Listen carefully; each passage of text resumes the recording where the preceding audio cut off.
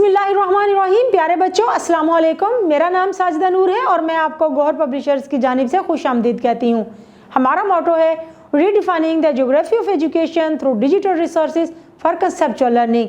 आज के इस वीडियो लेक्चर में हम गौहर निदाए उर्दू जमात चहारुम के सबक नंबर 9 हुकूक व फ़राइज़ की मश्क का बकिया हिस्सा करेंगे। तो आइए चलते हैं अपनी मश्क की जानिब। प्यारे बच्चों, सफ़ा नंबर 60 पर हमारी सरगर्मी है, आओ पढ़ें। दर्ज झेल मालूमात आमा को दुरुस्त तलफ़ुज़ और रवानी से समझकर पढ़ें। इसको पढ़ना है, समझकर पढ़ना है। आइए देखते हैं। रात को साफ आसमान पर दूधिया पट्टी दरअसल लाखों अरबों सितारों का मजमुआ है जिसे कहकशां कहते हैं। इस कहकशां को मिल्की वे का नाम दिया गया है। हमारा निज़ाम शमसी इसी कहकशां का हिस्सा है। अल्लाह ताला ने कायनात में ऐसी हज़ारों कहकशाएँ तख्लीक की हैं और फिर इसी कायनात में एक सैयारे पर ज़िंदगी का वजूद कायम किया। इस सैयारे को ज़मीन कहते हैं। हमारी ज़मीन निज़ाम शमसी का तीसरा सैयारा है। ज़मीन ना ज़्यादा गर्म है ना ठंडी। इसमें वो तमाम अनासर या अवामिल मौजूद हैं जो इंसानी बका के लिए ज़िंदगी का लाजमी जुज़्व हैं। प्यारे बच्चों, हमारी अगली सरगर्मी है ज़ुबान शनासी।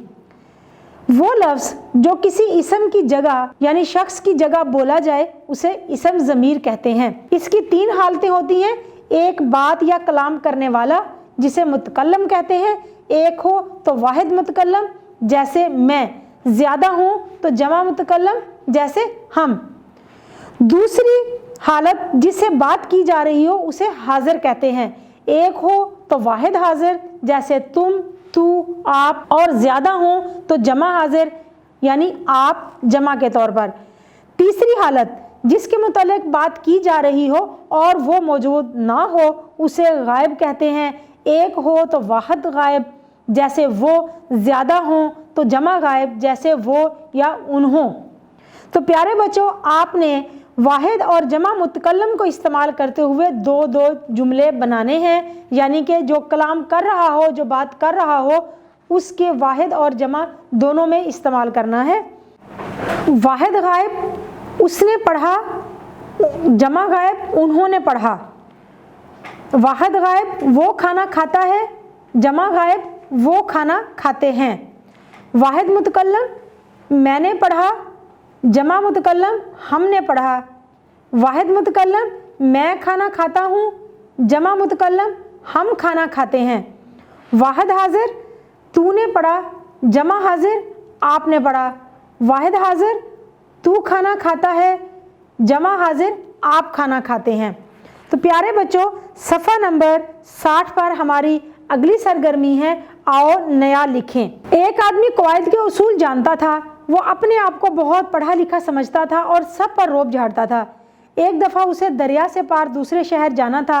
वो तैयार होकर घर से निकला और एक कश्ती किराए पर ली। उसने रोब झाड़ने के लिए मल्लाह से पूछा, तुम्हें कवायद आते हैं? वो कहने लगा, साहब मैं अनपढ़ आदमी हूँ, पानी में कश्ती चलाकर रोज़ी कमाता हूँ, मुझे क्या मालूम कवायद क्या होते हैं। वो बोला, अफसोस तुमने आधी ज़िंदगी ज़ाया कर दी। मल्लाह बेचारा शर्मिंदा होकर खामोशी से कश्ती चलाने लगा। थोड़ी देर बाद तेज़ हवा चलने लगी और कश्ती हिलने लगी। मल्लाह ज़्यादा मेहनत से काम करने लगा मगर हवा तूफ़ानी थी। मल्लाह बेबस होकर रह गया। मल्लाह ने जब महसूस किया कि कश्ती अब यकीनन उलट जाएगी तो पानी में छलांग लगाने से पहले उस आदमी से पूछा, आपको तैरना आता है? वो सहमा हुआ कोने में बैठा था, कहने लगा नहीं। मल्लाह कहने लगा, अफसोस आपने अपनी सारी जिंदगी ज़ाया कर दी। ये कहकर उसने पानी में छलांग लगाई और तैरता हुआ किनारे पर जा पहुंचा। नतीजा क्या है? कोई चीज़ ना जानने की वजह से किसी को कमतर ना समझो। हो सकता है वो भी कोई ऐसी चीज़, महारत, इल्म जानता हो जो आप नहीं जानते। प्यारे बच्चों, इस कहानी में जो अभी हमने पढ़ी है, पहले चंद जुमले आगाज़ के हैं, दरमियान में जो मुकालमा है मल्लाह और उस आदमी के दरमियान वो उरूज है और आखिर में इसका नतीजा है। आपने भी इसी तरह की कोई कहानी लिखनी है जिसका आगाज़, उरूज और नतीजा हो। तो यह कहानी आप किस तरह से लिखेंगे? एक ताजिर को तिजारत के सिलसिले में दूसरे मुल्क जाना पड़ा। उसके पास बहुत सारा सोना था।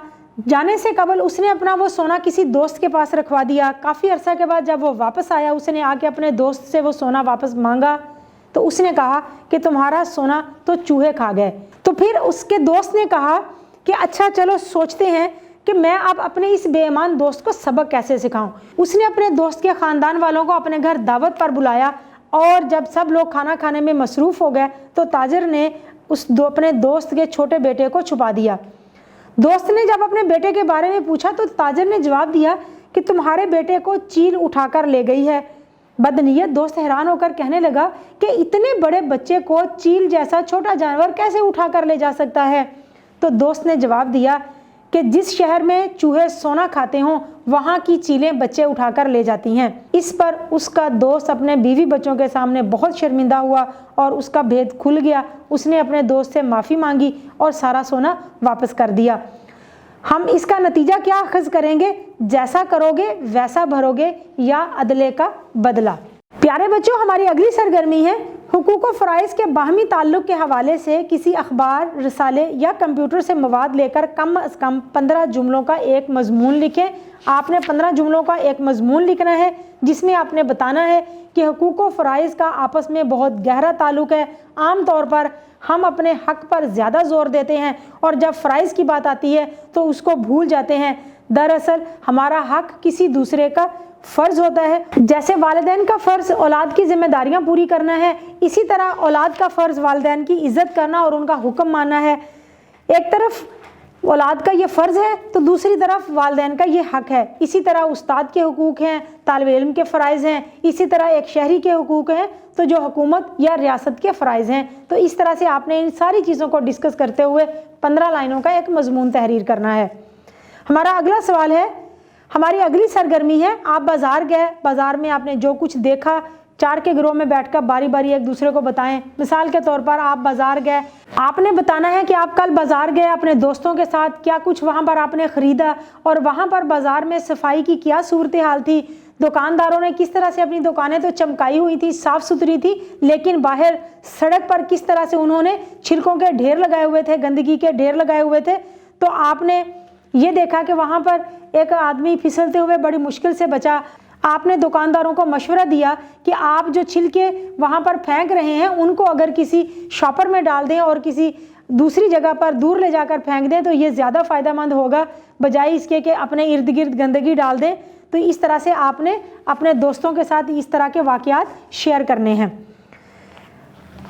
گروہ میں بیٹھ کر بات چیت کریں کہ گھر، اسکول، محلے میں آپ کو اپنی حفاظت کے لیے کیا کیا مسائل پیش آ سکتے ہیں۔